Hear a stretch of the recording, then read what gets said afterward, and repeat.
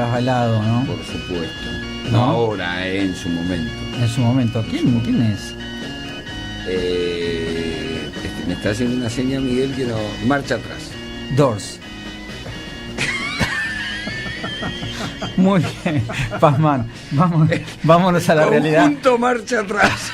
Acabo de No, inventar un conjunto. muy mal. Pero bueno, vamos a caer de nuevo en esta realidad que nos aprieta. Y bueno, ya había muchas personas que venían hablando de El Pingüino Emperador, el libro que escribió Álvaro de la Madrid, 20 años de poder bruto. Y tenemos la suerte de tenerlo, Álvaro, del otro lado de la línea. ¿Qué tal, Álvaro? ¿Cómo estás? Miguel Sorraquín te saluda. ¿Qué tal, Levi? Un gusto, un saludo para todos. Bueno, contanos un poco de tus sentimientos hoy, en este momento que, bueno, está como saliendo a la luz algo de lo que está relatado en El Pingüino Emperador, ¿verdad? Sí, en realidad sentimientos encontrados en este sentido. En primer lugar, quiero ser muy claro, no hay nada de qué alegrarse. Nada. Tenemos que alegrarnos de nada los argentinos, porque esto ha tardado muchísimo tiempo.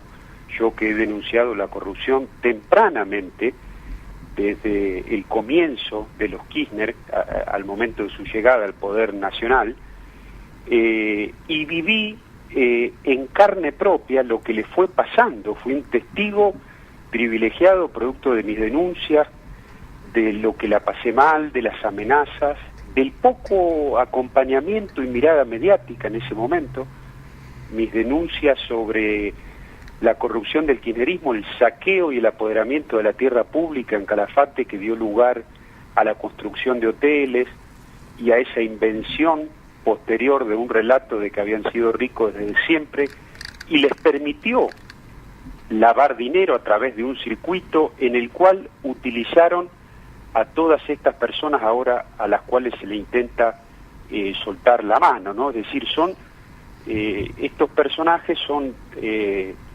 personas que fueron llamadas durante todo este tiempo empresarios, y en realidad en un país normal no podrían haber llegado a ser ni siquiera buenos empleados. Así que no hay nada de qué alegrarse, pero por supuesto, si esto, yo quiero ser muy claro en mi pensamiento y en la forma de expresarlo, si esto va a significar un cambio en la Argentina para que se empiece a investigar desde ahora, porque en realidad este proceso empieza, ayer parecía que había culminado, este proceso empieza a ver si podemos echar luz sobre la verdadera corrupción de estos últimos años y su magnitud. Si va a hacer para que la sociedad argentina y muchos de los que acompañaron y aplaudieron durante estos años al kirchnerismo encuentren, digamos, la posibilidad de lavar sus culpas a través incluso de sobreactuaciones, no va a servir para nada. Parecería que uno ve que hay muchas personas que pasan por estos procesos, que son inculpados de este montón de cosas y que a la larga vuelven a tener poder y espacio, incluso son valorados por la sociedad. Este es un problema histórico que tiene la Argentina, ¿no? Cuando uno mira a ciertos personajes que pueden estar dando vueltas y que opinan de una forma determinada. Creo que ya la gente empieza a tener un cansancio y hay un momento de intención de cambio, pero bueno, vamos a ver qué es lo que pasa. ¿Cómo se vivirá este momento en Santa Cruz, esta situación? Porque eran personas queridas, eran personas valoradas, porque Santa Cruz parecería que tuvo una situación positiva al tener un presidente a favor. ¿Esto es así? ¿La gente lo vive así? ¿Cómo lo sentís vos? No, de ninguna manera. Yo viví en Santa Cruz desde el año 1998, cuando los Kirchner ni soñaban con llegar al poder nacional. Es más, creían que en el año 99 iban a perder la provincia. Habían colocado a Zanini como presidente del Tribunal Superior de Justicia para cubrirle la retaguardia y no ir preso por la cantidad de episodios históricos de Santa Cruz, desde los fondos de Santa Cruz, la obra pública y demás.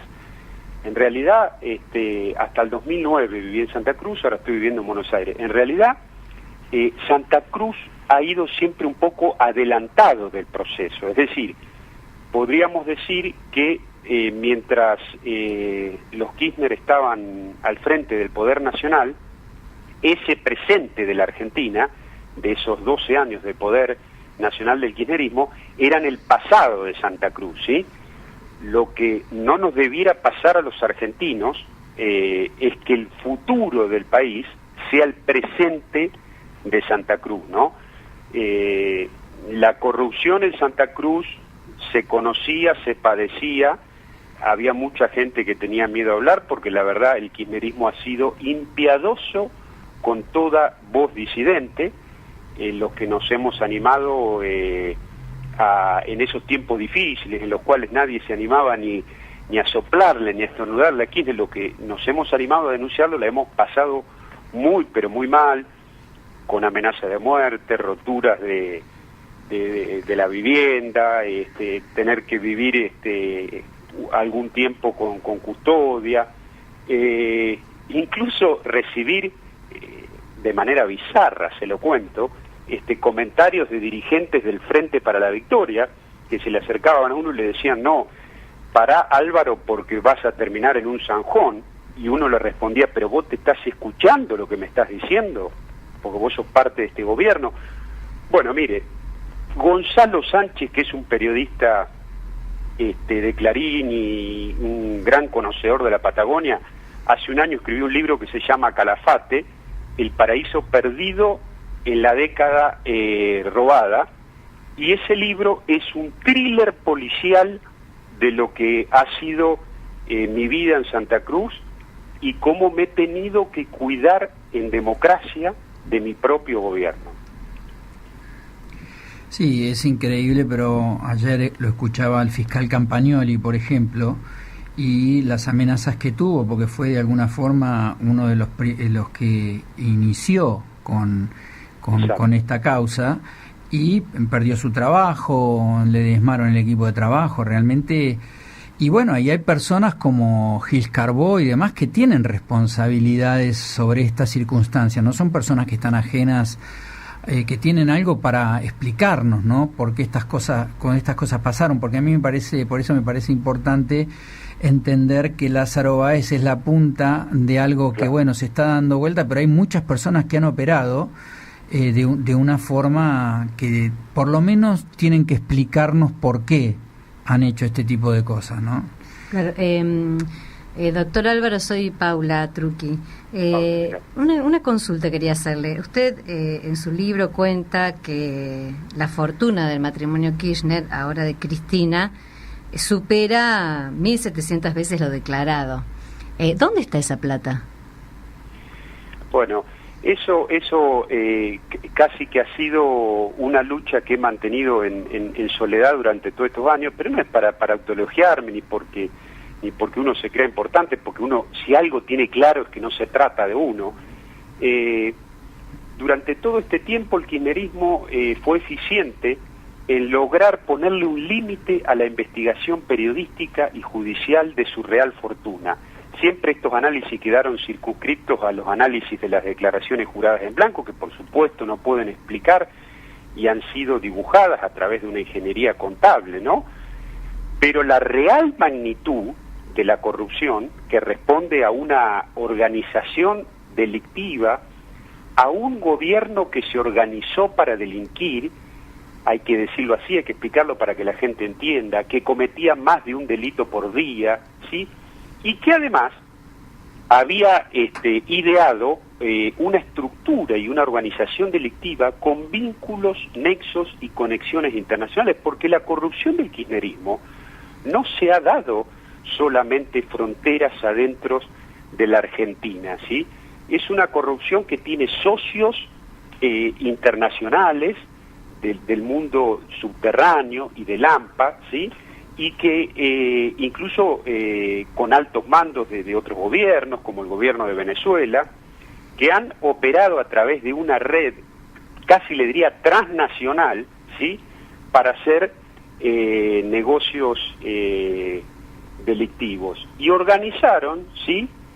Prácticamente, podríamos decir, apoderándose del Estado, de todos sus resortes institucionales, de la imposibilidad de investigarlo, habiendo desguazado y desmantelado todos los organismos de control y habiendo hecho que la justicia fuera un lugar sumamente servil y domesticado al poder político, lograron llevar adelante todos sus designios. Yo he calculado que la real fortuna de la expresidente asciende a los 20.000 millones de dólares.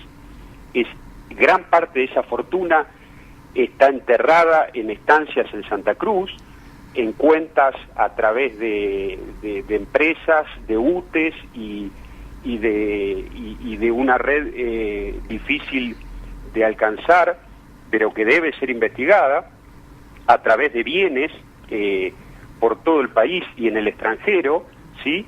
Y esta es la realidad de este latrocinio. En estos años, sin exagerar, porque yo no tengo que sobreactuar de ninguna manera, ni me hace falta, hemos asistido a lo que podríamos decir es un Estado delincuente. Dentro de toda la investigación que se hicieron por los Panama Papers, aparece, tengo entendido, negocios en empresas offshore de Lázaro Báez en Nevada, Estados Unidos. Puede ser que algo de la plata esté ahí, pero ¿de esta manera se llegaría a Cristina, por ejemplo, o ella terminaría siendo intocable? Se puede llegar por infinidad de lugares, y la corrupción ha sido tan grande que han dejado las huellas digitales por todos lados, y como le comentaba, independientemente de las cuentas en el exterior, hay sobradas cuestiones que pueden ser claramente demostradas. Mi denuncia, sin ir más lejos, del apoderamiento de la tierra pública, se apoderaron de tierra pública que tiene un valor de mercado de 300 millones de dólares, ¿sí? Sobre el cual construyeron, algunos de esos terrenos los vendieron, construyeron hoteles y demás. Ahora, si la cuestión periodística va a ser por resaltar solamente, ¿sí?, los contratos que se hacían a través de San Felice con Lázaro Báez en la última etapa, para mantener esa apariencia de legalidad del negocio y esa facturación, vamos a estar realmente muy complicados, porque en realidad yo he denunciado que eso que han hecho con Lázaro Báez lo hicieron en el último tramo. Yo vivía en Calafate, y al principio esos hoteles, de manera mucho más rústica y desfachatada, le podría decir, facturaban a impresora caliente con la guía telefónica. Después lograron perfeccionar ese sistema y dijeron, bueno, vamos a concentrar en una persona a hacer figurar que nos alquila X cantidad de habitaciones, y por ello recibimos de una sola persona, repito, una suma grande de dinero que nos impide hacer una cuestión de enjuague tremenda. Los hoteles en el mundo están sindicados como los elementos de mayor utilización, incluso de los grupos narcos, para lavar dinero. Yo puedo decir, si tengo un hotel, que anoche el hotel estuvo lleno, ¿sí? Mientras tenga facturas a nombres de personas físicas o jurídicas determinadas y pague los impuestos por eso, que es otra cuestión aparte, independientemente del tema, y la cuestión estaría saldada. Y es indemostrable si los pasajeros estuvieron o no cuando hay una inspección al otro día, y se puede decir que se fueron. Es decir, está claro que esos hoteles se construyeron. Yo viví en Calafate, se le hacía creer a la gente que estaban llenos y demás, y la verdad que tenían una ocupación mínima y ni les interesaba directamente. Era todo para que parezca, como digo yo. Uh-huh. Bueno, Álvaro, muchísimas gracias por el contacto, y vamos a ver, esperemos que esto nos conduzca al fin del camino, ¿no? Y que encontremos allí toda la verdad.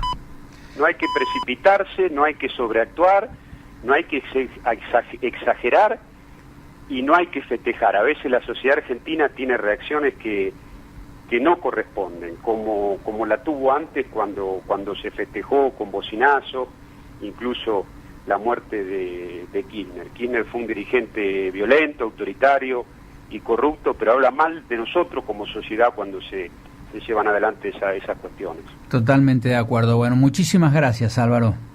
Gracias a ustedes, muy amable. Hasta luego. Hablamos con Álvaro de la Madrid, abogado y escritor del libro El Pingüino Emperador, 20 años de poder bruto.